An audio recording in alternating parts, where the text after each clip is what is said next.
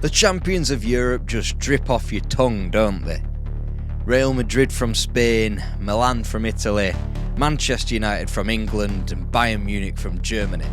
There's been a few you might not have known from lesser leagues, but today's video is about the forgotten European champions, Hamburger SV, a team from a big nation who played against the best teams and were crowned champions of Europe.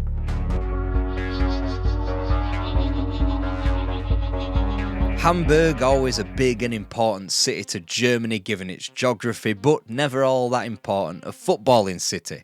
Its primary football club is Hamburger SV, or HSV, and they were the perennial team in the Oberliga Nord ahead of City pals St. Pauli, as well as Hannover, Werder Bremen and Eintracht Braunschweig. HSV could lay claim to a few German championships, but they were consigned to black and white footage before the Bundesliga was ever dreamt of. 1923 was beating Union Oberschöne Wieder, modern day Union Berlin. 1928 was dispatching of their Berlin neighbours Hertha, and 1960 was a late 3-2 triumph over Köln. A Pokal followed 3 years later, and therefore HSV were in a prime position for when the Bundesliga was established later that summer. And yet they were painstakingly dull in the early years of the Bundesliga. Never truly in a position to challenge for the league, they'd dine out on the goals of Uwe Seeler, but ultimately were a mid-table team contented with the odd finals. Odd finals that were invariably lost, to Bayern Munich in the 67 Pokal and to Milan in the 67 Cup Winners' Cup. Seeler wouldn't last forever, and by 1972 he retired with 490 goals in 580 HSV games. An enormous gap now needed to be filled at the Volkspark Stadion. In step Kuno Klotzer, formerly of Fortuna Dusseldorf, Hannover and Nürnberg, to turn the club's fortunes on their heads. In its first campaign they returned to the Pokal final, albeit in defeat once again to Eintracht Frankfurt after extra time. But there was a genuine, more sustained upturn. A first ever top four finish in the Bundesliga in 1975 was followed by two decent UEFA Cup runs where they were only beaten by Juventus and Club Brugge in the latter stages. Incremental improvements were delivered thanks to the signings of Horst Blankenberg, and that resulted in a silver medal behind Borussia Mönchengladbach and a Pokal trophy won from Kaiserslautern. Riding the crest of a wave, Klotzer brought in Felix Magath from Saarbrücken and completely revitalised the team. Magath would be HSV's fulcrum, dropping in deep to facilitate the goals as opposed to scoring them. Their Pokal win booked them a spot in the Cup Winners' Cup, where, after a stirring semi-final comeback against Atletico Madrid and a late triumph over Anderlecht in Amsterdam, HSV got on the European board. An era of success, but an era that was called instantly as Klotzer departed the club that summer. The best of times soon departed as they quickly realised that replacing their coach wasn't going to be all that easy. Rudi Gutendorf lasted just 12 games, Ozcanar Koch only a shade more with 22. Meanwhile, Felix Magath was sidelined with hepatitis, which could have easily triggered an enormous downslope for the club. But in his convalescence, he began to learn from chess, and it changed his entire outlook on football. He was now ready to become one of the best playmakers in German football. When he returned, the immeasurably successful Branko Zebec was now in charge of the club, and HSV were more willing than ever to throw money at the situation. Ivan Buljan and Kevin Keegan were signed for big fees. Zebec's introduction and Magath's return to the squad needed to lift the club more than ever. They recorded 10th place in the Bundesliga, a full 12 points behind FC Köln, and were put out by Anderlecht, who gained a measure of revenge in the second round of the Cup Winners' Cup. They had been able to get consolation from the fact that local rivals St. Pauli and Saarbrücken had been relegated. But those teams with their combined 40 points had managed to take wins away from HSV in two shocking results. The club was in a tailspin, an expensive one as well.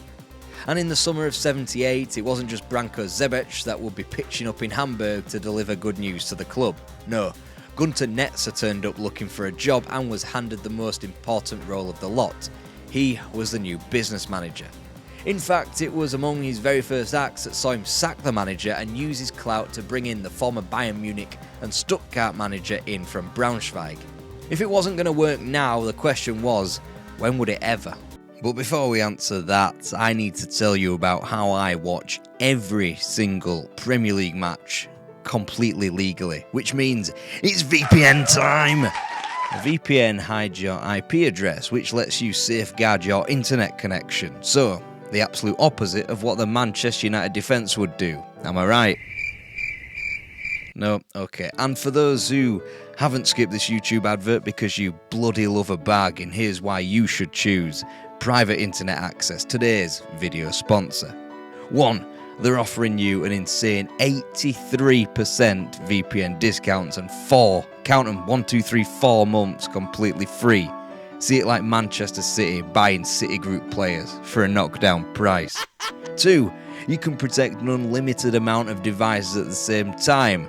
Chelsea's transfer strategy for 1. You want 783 devices protected, just buy them all up and protect them. 3. You can access region-restricted content from all over the world 365 days a year. Good news for Spurs fans whose passports are usually back in that cupboard by December. That is private internet access. Links to the discount in the description.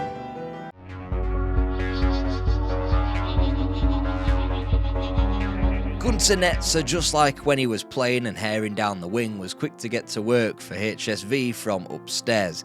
He gifted Branko Zebic the frontman Horst Hrubesch from Essen for €600,000 while selling 3 forwards. Most famous of which was the Cup winner, George Volkert to Stuttgart. In clearing the deck, Netzer had made things obvious for Zebic. Horst Hrubesch was the big burly fucker for which direct football could be aimed at. Kevin Keegan was his centre-forward partner, used to playing alongside Beef, just ask John Toshak at Liverpool. He would score the goals and their other facilitator Felix Magath would join Hrubesch in laying them on a plate for Keegan. The 1978-79 Bundesliga season started hard and fast with an enormous test at Borussia Mönchengladbach, a team who had gone toe-to-toe with Bayern Munich and won more titles than the Premier German club over the past decade. HSV slapped them, scoring all 3 of their goals inside the first 22 minutes of the season. Just ignore that Gladbach were definitely on their way down and they wouldn't win another Bundesliga, and it was alright. HSV didn't look back, gaining more crucial victories before Christmas when they dispatched of the champions Köln away in September, pumped Dortmund 5-0 at home in November and went to Bayern in December and won via a Kaspar Memmering goal. If that early season wasn't a sign that things were changing, then take the transfer saga of its day when Uli Hesse was offered to HSV midway through the season. A player of enormous reputation, experience and skill, the club would have otherwise jumped at the chance, but Netzer delayed and delayed. He wanted assurances that Herness's medical couldn't provide. He pulled the plug on the deal and the striker wound up retiring early just a year later, aged only 27. Horst Hrubesch and Kevin Keegan, on the other hand, plundered 30 goals between them as HSV found themselves at the top of a title race that also featured Stuttgart and Kaiserslautern. Going into the final 2 matches away at Arminia Bielefeld and at home to Bayern, HSV needed just 1 point to seal the title. A clean sheet against the former achieved that, ending 19 years of hurt and meaning for the first time in a number of years that a HSV coach would endure a second calendar year at the club. It looked as though they would just keep going regardless of their newfound place in the European Cup. They inaugurated the season with another 3-0 tonking of Borussia Mönchengladbach and got a point away to Bayern, as well as valuable wins over Borussia Dortmund and FC Köln. Hrubesch was still banging them in more than ever, in a blue shirt. After making light work of their first European encounter that season away in Iceland before the tricky tests of Dynamo Tbilisi and Hajduk Split, the latter won on away goals. Their prize for that feat was the record 6-time champions of Europe and beyond that, one of Ajax or little old Nottingham Forest. The tide predictably looked to be favouring the giant club they faced when Santillana netted 2 second-half goals in the Bernabeu. HSV had a mountain to climb back home and the only hope they had was a home second leg. By the time Los Blancos turned up at the Volkspark Stadion, HSV were a changed club. In a tense title fight on April the 19th, HSV went 2-0 at half-time at the Westfalenstadion against Borussia Dortmund. But it turns out the damage had already been done. Branko Zebec turned up to the game absolutely steaming, and having driven to the match, he had his driving licence revoked when police caught him 4 times over the limit. If that wasn't horrific enough, HSV chucked in 2 goals and lost their goal differential lead at the top of the Bundesliga. It wasn't any news that Zebec was a drunk. He had proven to be quite a high-functioning alcoholic, as proved 4 nights later when HSV put in one of their greatest ever performances in the European Cup against Real Madrid.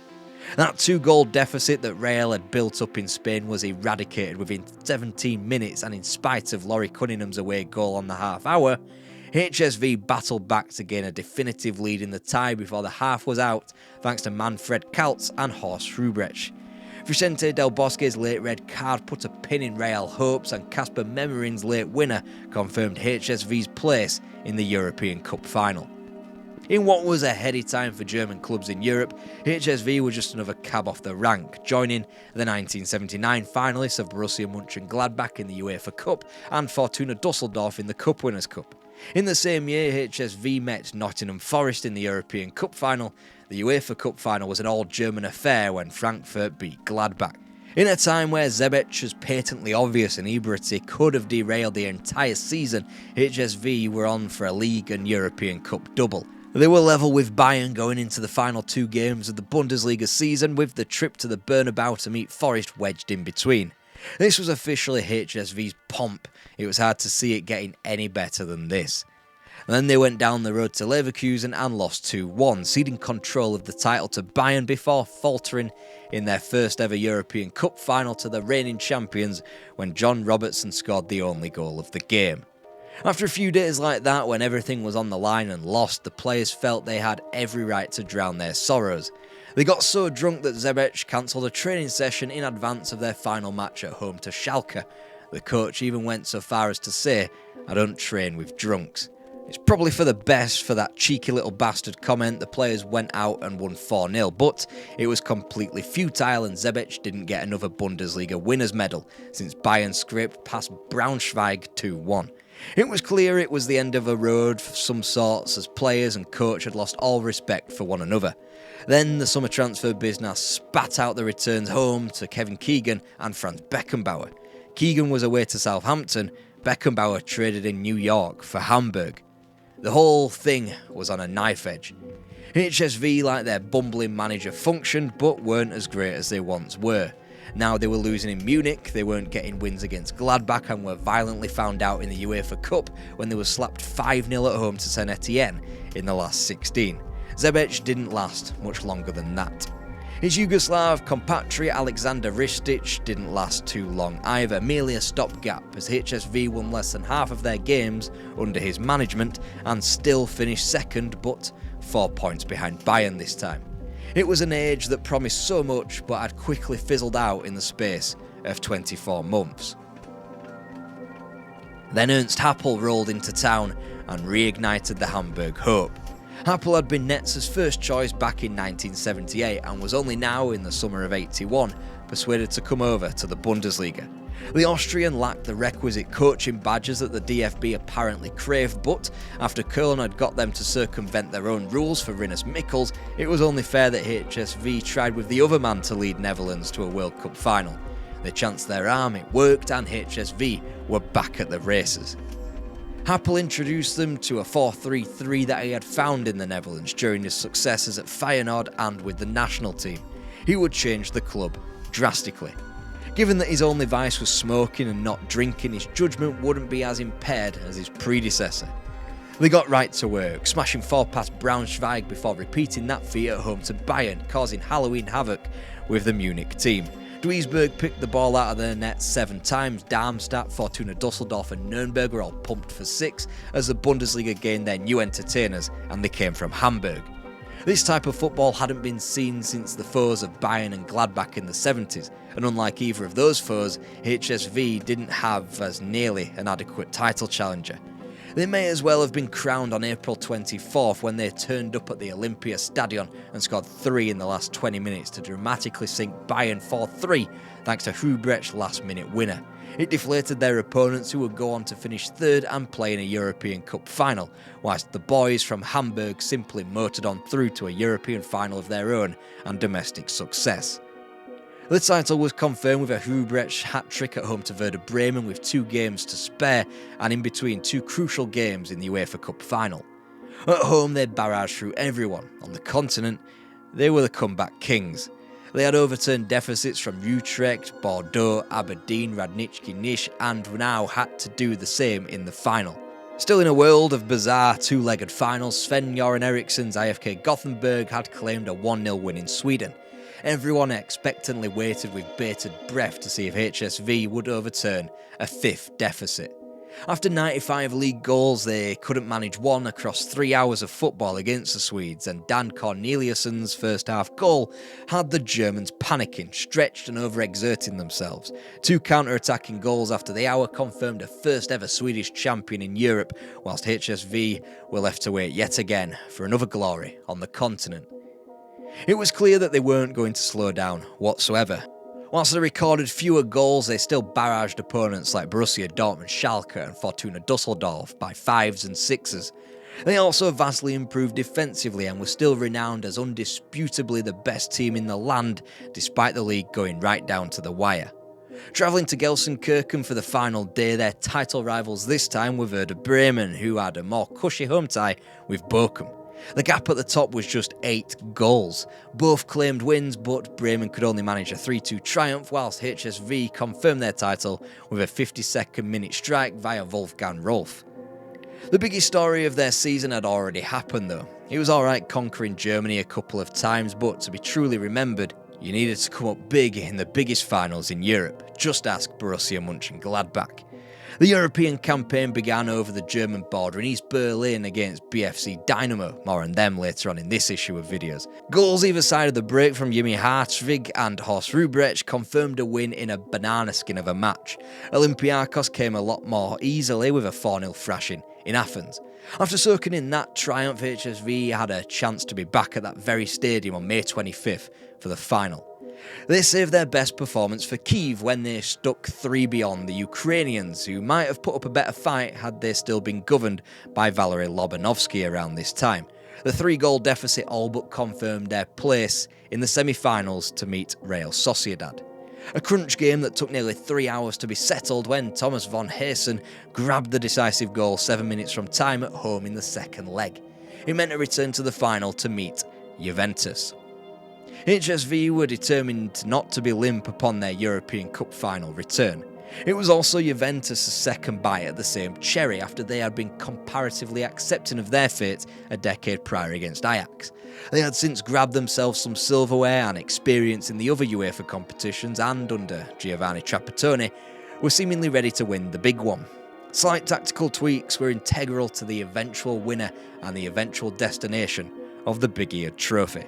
Lars Bastrup was the man to change it all when he was moved from left to right so he could mark the marauding Antonio Cabrini. Trapp had a plan in place for Bastrup, and that was for Claudio Gentile to occupy him, and since he was playing on a different wing to usual, an enormous gap opened up in the Juve defence. Who else but Felix Magath to exploit that space to thunder in the only goal of the game inside 9 minutes. Just as in '73, Juve conceded early in a European Cup final and couldn't get back into the game. Right then, after securing a League and European Cup double, nobody would have believed that it would be the last time HSV would win a major trophy. Instantly the decline began when Horst Hubrecht, Borislav Djordjevic and Lars Bastrup were all sold without replacements, and their European Cup defence ended in the second round to Dynamo Bucharest. They wouldn't even win the Intercontinental Cup or the Super Cup, losing to Gremio after extra time in the former and going down at Pataudry against Aberdeen in the latter. HSV hung in the title race for the 1983-84 campaign as it was settled on goal difference. This time Stuttgart took the title after needing to avoid a 5-goal defeat at the Volkspark Stadion as first met second. In 1986, the decline was accelerated when Gunter Netzer left the club and Ernst Happel was diagnosed with cancer. The latter battled on for long enough to claim another silver medal in the Bundesliga in 87 and match that with the DFB Pokal. He died from lung cancer in 1992, 4 years after Branko Zebec also passed away. With that, the golden years were officially over. HSV were mid-table for the rest of the century, and whilst they dabbled in the top half of the Bundesliga in the 21st century's first decade and qualified sporadically for the Champions League, they were never the same. Instead of going toe-to-toe with teams like Juventus and Real Madrid in the latter stages of Europe's top competition, they were being eliminated at the group stages by teams like Panathinaikos. Their relegation in 2018 was a long time coming after escaping several relegation playoffs beforehand. It ensures that nobody has played in every Bundesliga season. And they have since found ingenious ways not to return. In their first Zweite Bundesliga campaign, they won just 5 matches in the second half of the season. In 2020, they occupied an automatic promotion spot with 3 games to go, only to win just 1 point from the remaining games. In 2021, they traded in top of the league for 5 defeats in their last 11 games and 4th. In 2022, they won their away first leg of the promotion playoff 1-0, only to lose 2-0 at home. The following year, they were comprehensively thrashed in the same game, this time against Stuttgart, before an all too familiar collapse led to another 4th place in 2024. They are the outliers of European football. HSV, the only team to have won the European Cup that currently does not play in their country's top division. And the big fish before Hamburg were Bayern and Gladbach. Take a look at their incredible rivalry during the 1970s